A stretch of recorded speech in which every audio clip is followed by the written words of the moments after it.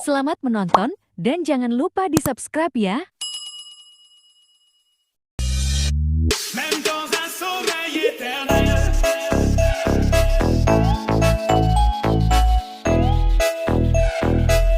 Même dans un sommeil éternel.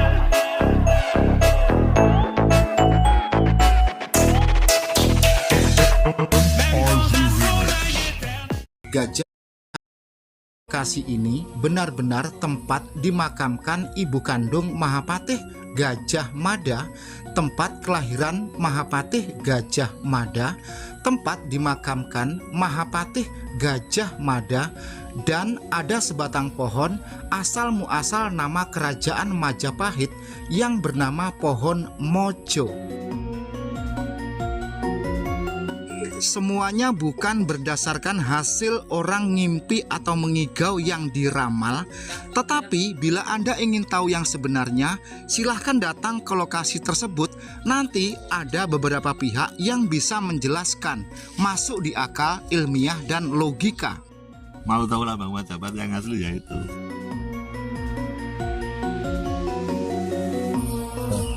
Gimana Pak? Yang dipakai Oh, di atasnya selamat datang. BB Wilwatikta itu. Iya, Ya. yang di atasnya selamat datang. Iya. Jadi sendok kono mau tak dudu mau Itu kan. ada pohon asli itu.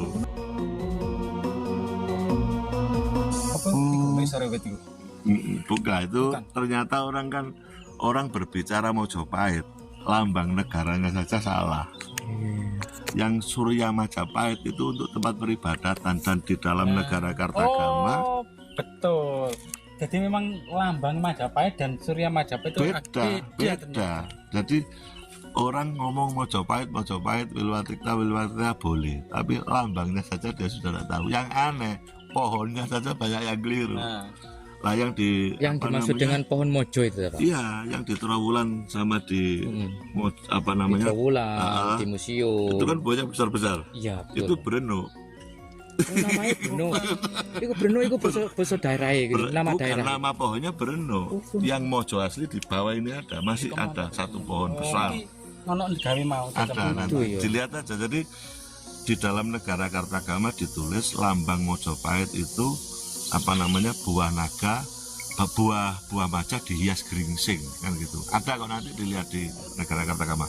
Jadi kalau buah maja ini kita kupas kayak semangka belah dua, itu kelihatan ya persis itu. Gitu. Jadi dan itu pertama kali mungkin ini lambang senusantara keliru.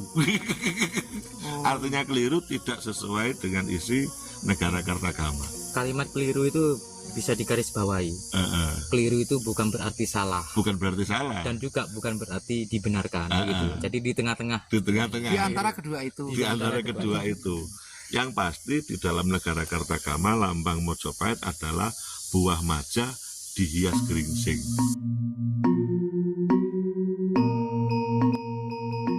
Tentang penemuan sebuah kendil yang berisi ari-ari pada saat Gajah Mada lahir yang bareng-bareng keluar dari rahim Ibunda Dewi Andungsari. Kita lanjutkan setelah kita mengikuti vlog perjalanan menuju ke lokasi tersebut. Adapun letaknya lokasi tersebut berada di jalur Jalan Raya Jombang Babat, tepatnya depan Koramil Kecamatan Ngimbang, masuk ke timur sekitar 10 km.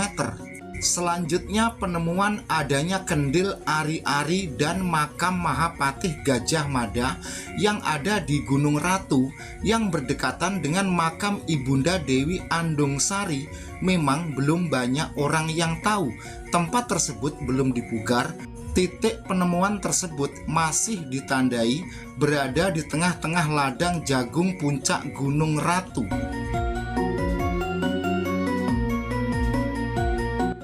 Mengenai para punggawa petinggi atau para raja Majapahit, pada masa sebelumnya banyak orang meyakini dan mengatakan mereka itu semua meninggal dengan moksa atau muspro. Kosakata moksa sama dengan kosakata Jawa mospro, yang artinya kabur kanginan tidak jelas di manakah tempat kubur dan rimbanya. Selama di perjalanan kita sebenarnya banyak melewati beberapa prasasti dengan tulisan huruf Pallawa dengan bahasa Sangsekerta. Pada kali ini kita menghampiri salah satu prasasti yang ada di jalan pada saat kita menuju ke lokasi tersebut. Bagi Anda yang sedang mengalami permasalahan tulang dan sendi, nyeri sendi, Sebelum kita sampai di makam mami atau mama atau simboknya atau ibundanya Gajah Mada, kita berhenti dulu di tempat ini untuk meyakinkan bahwa makam yang akan kita datangi itu adalah benar-benar makam Ibunda Mahapatih Gajah Mada, Patih Kerajaan Majapahit. Ini di jalan kita mampir sejenak karena ada sebuah prasasti yang kaitannya sangat erat sekali dengan sisa-sisa peninggalan wilayah Kerajaan Majapahit. Mengenai prasasti yang masih ada kaitannya dengan wilayah kerajaan atau telatah Majapahit itu tidak jauh dari pinggir jalan, sekitar berjarak kurang lebih 100 meter, dan tidak jauh pula dengan pemukiman warga, berada di perkebunan Jati Muda. Nah, di depan itu ada semacam cungkup pos kamling, itulah prasastinya.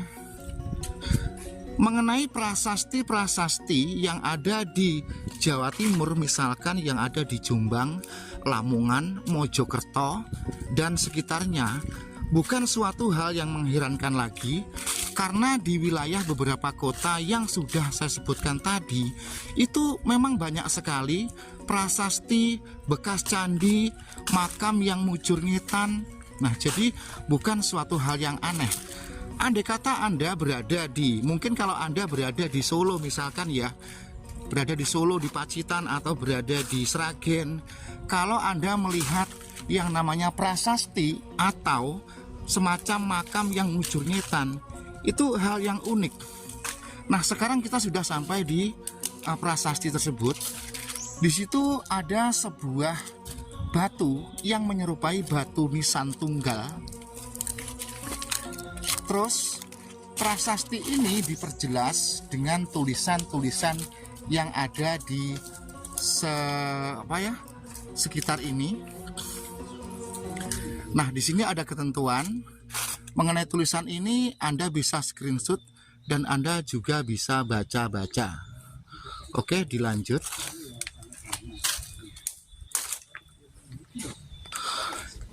Selanjutnya mengenai prasasti ini, sebuah batu tunggal yang mirip dengan patok makam keislaman, ya. Jadi saya menceritakan apa adanya agar mudah dipahami. Terus ini kurang lebih tingginya sekitar 1,5 meter dengan lebar kurang lebih 80 cm. Maksudnya begini ya, tingginya dari atas, dari yang lincip itu sampai ke bawah itu sekitar 1,5 meter. Terus lebarnya itu kisaran 80 atau 75 cm. Nah, di sini memang yang namanya prasasti tidak ada sebuah tulisan yang tandas jelas seperti prasasti pahatan di era sekarang. Mungkin pada masa itu peralatan yang dipakai untuk mengukir atau bikin tulisan di atas prasasti ini kurang begitu memadai atau kurang begitu canggih ya. Nah, kita amati dulu. Kalau kita dari dekat, ini ada semacam tulisan. Biasanya untuk prasasti-prasasti pada era zaman itu memakai huruf Pallawa dengan menggunakan bahasa Sangsekerta, kurang lebih seperti itu. Namun tulisan yang ada di sini itu memang kurang begitu jelas. Bisa dibaca dengan alat pembesar kaca atau semacam mikroskop atau lensa. Nah, ini banyak ini tulisannya dari atas sampai ke bawah.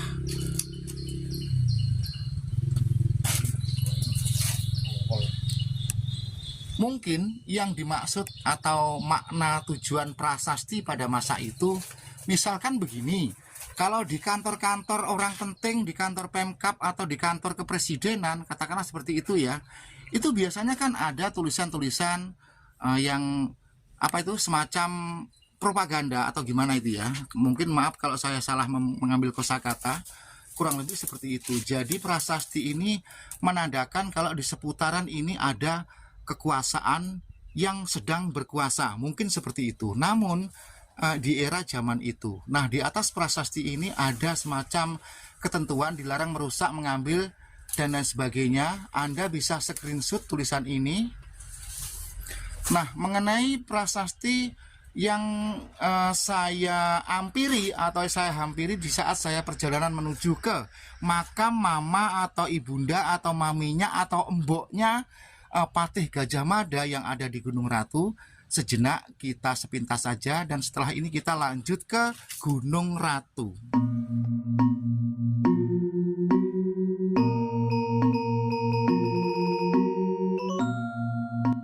Para raja dan para petinggi kerajaan Majapahit sebenarnya tidak meninggal moksa atau orang Jawa mengatakan mati muspro. Menurut keterangan spesialis tentang kerajaan Majapahit yang ada di Gunung Ratu. Setidak-tidaknya para petinggi atau para pejabat punggawa Majapahit beserta para rajanya golongan orang-orang yang punya kasta. Tentu saja orang yang punya kasta tertinggi, di bawahnya ada para pejabat, dan para pejabat itu pun punya wewenang untuk memerintahkan bawahannya untuk merawat dan menempatkan dengan cara yang semestinya secara terhormat kepada mereka yang berkasta paling tinggi, misalkan raja dan para patih. Selanjutnya, temuan sebuah kendil yang berisi ari-ari Gajah Mada. Pada saat itu isi kendil tersebut berupa bungkusan kain dan isi kain tersebut masih basah. Saat ini kendil beserta isinya disimpan rapi oleh pengelola Gunung Ratu. Selanjutnya mengenai kendil beserta isinya tidak bisa diperlihatkan ke sembarang orang, namun bila ada orang-orang tertentu yang memang saat ini punya kuasa dan punya wewenang terhadap hal tersebut, maka kendil beserta isinya itu akan diperlihatkan. Sekarang kita sudah sampailah di Gunung Ratu. Gunung ini tidak terlalu tinggi, bersebelahan dengan sebuah desa, yaitu desa Cancing. Cancing diambil kata macan dan kucing. Dilanjut, lokasi makam ibunya atau maminya atau emboknya Mahapatih Gajah Mada ini ada sebuah kampung yang dinamakan Kampung Cancing, yaitu Kampung Cancing. Nama Kampung Cancing itu diambil dari dua orang pengawal Dewi Andungsari, singkatan dari macan dan kucing. Unik ya. Nah, jadi kita ulang dari awal ya. Letaknya di atas sana itu ada sebuah cungkup yang kelihatan samar-samar tertutup dengan dedaunan. Terus turun ke arah timur sekitar berjarak kurang lebih 300 meter. Di sana itu namanya Kampung Cancing yang berkepanjangan dari macan dan kucing. Nah, untuk lebih jelasnya kebetulan ini ada sebuah apa itu namanya ya, tulisan ya. Nah, ini Dusun Cancing. Oke. Sekarang kita lanjut, kita naik ke lokasi pesarian atau kubur makam mamanya Ibunda Mboke Ibunda Gajah Mada Dewi Andungsari. Mengenai Dewi Andungsari, sejarah dan ceritanya itu dulu kurang lebih begini. Di kerajaan Majapahit, Dewi Andungsari mendapat fitnah dari Putri Permaisuri Selir, sehingga Dewi Andungsari diusir dari kerajaan dalam kondisi berbadan dua atau hamil. Lalu dari kerajaan dibekali 2 orang pengawal memakai nama hewan yaitu garangan putih dan kucing Condromowo. Sampailah di telatah Gunung Ratu yang berada di Kabupaten Lamongan. Sampai di sini, oke, kita lanjut nanti saja ya mengenai cerita itu. Ini posisi saya sedang naik tangga dengan napas ngus-ngusan pengunjung. Mbak, rumahnya mana Mbak? Oh, Lamongan Mbak. Oh, sama siapa ini tadi Mbak? Oh, berziarah Mbak ya? Oke. Lamongan pundi? Oh iya. Makasih ya Mbak ya, hati-hati Mbak ya. Jangan lari loh Mbak ya.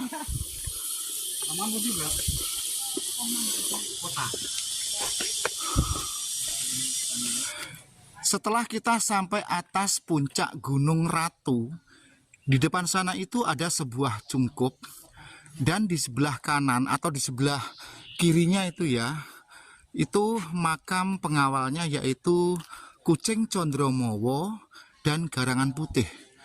Jadi yang seperti joglo itu makamnya Dewi Andung Sari, dan di depannya ada semacam cakro, itu adalah makam pengawalnya bernama kucing Condromowo dan garangan putih. Selanjutnya pula di sini ada sebuah musola, warna dan ornamen bangunannya itu yang mirip-mirip dengan Majapahit. Nah, sepertinya itu ada orang yang sedang mencuci pakaian. Sepertinya itu juga bukan orang sini, atau itu bisa dikatakan kalangan para pengunjung. Coba kita sapa sejenak.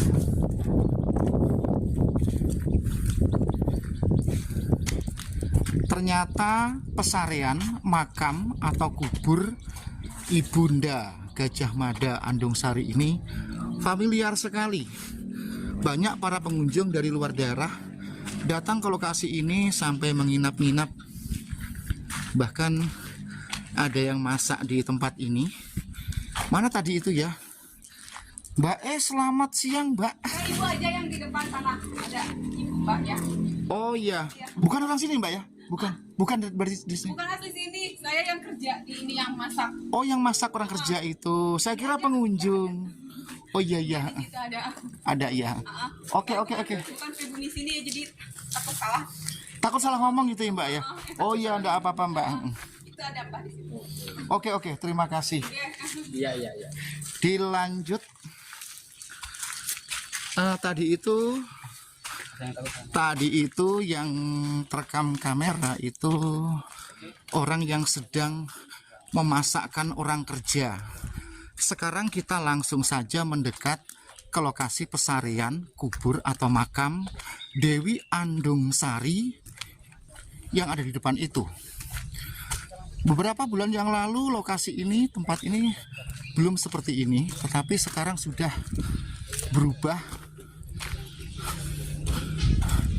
Oke, kita sekarang mendekat. Saya jelaskan. Nah, tadi sudah dijelaskan apa belum ya tadi ya? Nah, itu makamnya Dewi Andung Sari yang berupa kayu itu. Terus ini adalah pesarian Eyangan Garangan Putih dan Eyang Kucing Condromowo. Mungkin ini orang sakti dan konon gitu. Terus di lokasi ini, tempat khusus makam ini, tidak ada apa itu namanya ya, kas-kas budaya yang mencerminkan Islam, maaf ya, karena waktu itu adalah Hindu. Namun karena para pengunjung di era sekarang itu kebanyakan mereka beragama Islam, maka mereka pun disediakan tempat ibadah berupa musola yang ada di depan sana. Oke, jadi mengenai makam almarhum Dewi Andung Sari itu berbeda jauh dengan makam-makam para wali. Kalau makam-makam para wali, biasanya itu di situ tersedia pernak-pernik atau perlengkapan ibadah syariat yang khas dengan Islam. Tetapi di sini khas dengan agama pada waktu itu, ya kurang lebih saya sebutkan saja adalah Hindu. Nah, ini dua buah makam bersebelahan. Yang satunya itu Kucing Condromowo, terus yang di sebelah kiri Garangan Putih. Loh Pak De, kok tidak pakai patok? Nah kan ini dulunya itu kan bukan budaya Islam. Namun sekarang yang mengelola, mengurusi adalah kalangan Islam. Nah di sini bagi para peziarah biasanya selalu membawa bunga ditabur-tabur seperti ini. Terkadang juga dupa. Nah ini untuk dupanya ada di pot seperti ini. Nah ini dupanya. Terus di situ juga ada semacam apa ini ya? Tempat kelahiran Gajah Mada. Loh. Oh, jadi di sini di tempat inilah dulu Mahapatih Gajah Mada yang besar gendut gemoy itu terlahirkan. Nah, ditandai dengan sebuah semacam joglo seperti ini, kurang lebih seluas 2,5 meter persegi. Nah, jelas ya, saya jelaskan dari awal. Yang sebelah kiri itu adalah makam pengawalnya, yaitu Kucing Condromowo dan Garangan Putih. Terus di sini tempat lahirnya Gajah Mada. Terus yang sana itu tempat dimakamkan atau di pesariannya Ibu Dewi Andung Sari. Nah teman-teman sekalian, untuk makam Dewi Andung Sari ini dikasih semacam tembok kayu seperti ini, namun ada pintu masuk. Baik, sekarang kita masuk. Selanjutnya kita masuk ke dalam makam. Karena saya adalah penganut agama Islam, jadi masuk ke tempat ini pun saya menggunakan tata cara Islam. A'udzubillahiminasyaitonirrajim. Bismillahirrahmanirrahim. Sekarang kita masuk.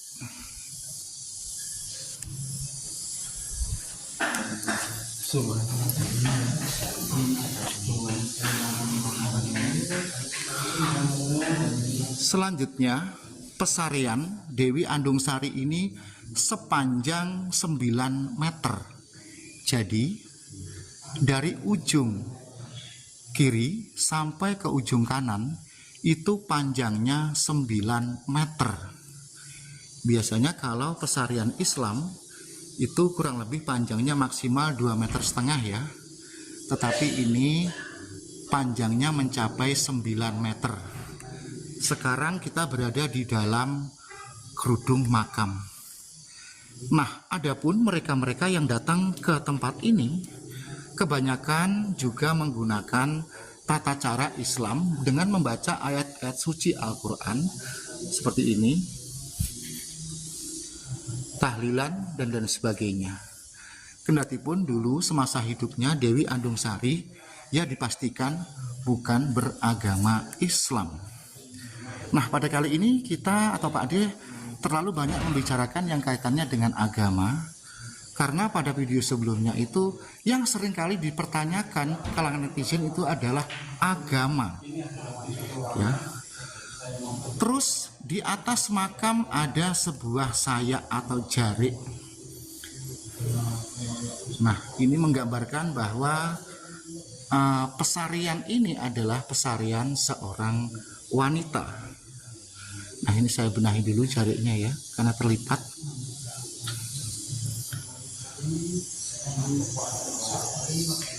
Oke, kita lanjut.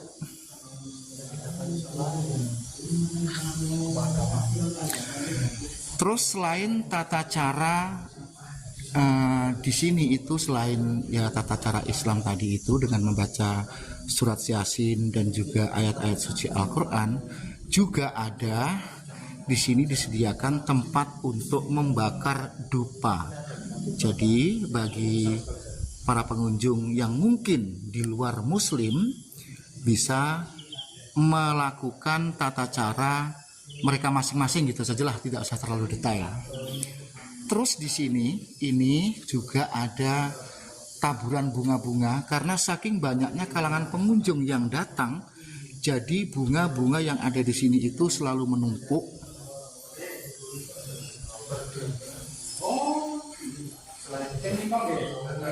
Nah, teman-teman sekalian, Anda amati dulu mengenai makam Dewi Andung Sari ini ya.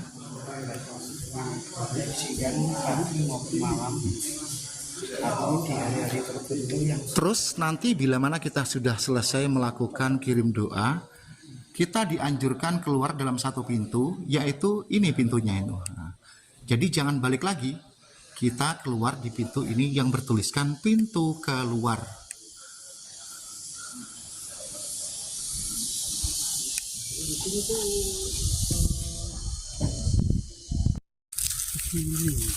Terus karena suasananya pada kali ini kan tidak direncana ya. Ini tadi kita menuju ke tempat ini tidak terencana gitu Bapak ini, walaupun tidak memakai baju ya Pak ya. Jadi menyempatkan mengantarkan kita ke tempat apa itu Pak tadi Pak? Makamnya almarhum Gajah Mada. Gajah Mada. Iya ya. Bapak Gajah Mada berarti makamnya Gajah Mada. Makamnya Gajah Mada yang ditemukan pertama kali belum dirilis gitu ya. Belum dirilis. Belum dirilis. Nah, artinya dengan ini bisa dikatakan ini rilis pertama kali, video rilis pertama kali, penemuan pertama kali makam almarhum Patih Gajah Mada. Nah, karena ini pertemuan pertama kali sampai panas-panas begini, yang mengantarkan pun Bapak ini sampai belum sempat pakai baju. Tetapi tidak apa-apa ya. Jadi dari lokasi makam ibunda, mamanya Gajah Mada itu sekitar oh itu. Nah, jadi inilah tempat penemuan terbaru makam almarhum Patih Gajah Mada, Kerajaan Majapahit, Nusantara. Nah, para pemirsa yang ada di berbagai daerah, mungkin selama ini Anda sedang menempuh pendidikan tentang sejarah Nusantara di UGM misalkan, di Erlangga misalkan, atau universitas yang lain. Anda saksikan, sebarkan, viralkan video ini, bahwa inilah tempat makam Patih Gajah Mada. Saya katakan sekali lagi, inilah makam Patih Gajah Mada yang ditemukan belum ada sekitaran 5 atau 6 bulan setelah video ini dibuat. Nah, itu ditandai dengan sebuah apa Pak Niko Pak? Jadi ditata untuk tenger. Oh, nah itu ada Panjangnya dari mana panjang juga. itu ada semacam tanda atau tenger ya yang dibikin mendadak. Jadi itu genuan di depan itu bikinan baru, bata-bata kuno yang ditandai gitu ya dengan semen. Nah, dengan semen. Batanya bata lama. Cuman bata yang dibikin adalah bata di era masa kerajaan pada saat itu. Paham? Sebenarnya gunung ini tidak terlalu tinggi bila mana kita bandingkan gunung-gunung yang ada di sana itu. Tetapi entah kenapa pada saat kita naik di atas gunung ini, seolah-olah gunung ini paling tinggi dan gunung-gunung yang ada di sana itu kelihatan semua. Padahal gunung ini tidak terlalu tinggi. Nah, jadi ini terus di as tengah ditandai dengan tanda seperti itu. Ya, jadi ini semacam tempat ini bikinan baru, namun batu bata yang digunakan adalah batu bata kuno. Jadi sekali lagi ini di Gunung Ratu, ini Nah, teman-teman sekalian, pada kali ini yang mengantar kami ke sini ini adalah orang pengelola di sini. Artinya begini ya, orang yang sangat paham yang mengelola tempat ini. Ya, jadi sebagaimana dalam kitab Negara Kartagama, beliau itu tidak moksa, tapi meninggal secara wajar saat Hayam Wuruk berada di Blitar, kan begitu. Nah, di cerita rakyatnya Paguyuban Budaya Wilwatikta itu, di ujung usia masa tua itu kembali ke pangkuan ibunya. Jadi sini ini beliau dimakamkan. Jadi titik-titik yang terkelompok ada batu bata merah ini ada 9 titik. Jadi ini yang kita yakini Mbah Gajah Mada. Di belakang ini sekitar 50 meter. Itu juga batu merahnya, batu bata merahnya luar biasa. Ada yang kita yakini Mbah Hayam Wuruk. Nah, yang di Gunung Tanah itu batu bata merahnya juga banyak. Itu yang kita yakini Raden Wijaya. Terus yang tadi pertama dilihat itu kita yakini Mbah Gayatri. Jadi di sini ternyata perkampungan yang mewah. Tugu Nusantara itu kan kayaknya merah dan putih. Itu aksaranya Pallawa ternyata. Sempat kita dokumentasi, nanti coba saya kirim ke jenengan itu.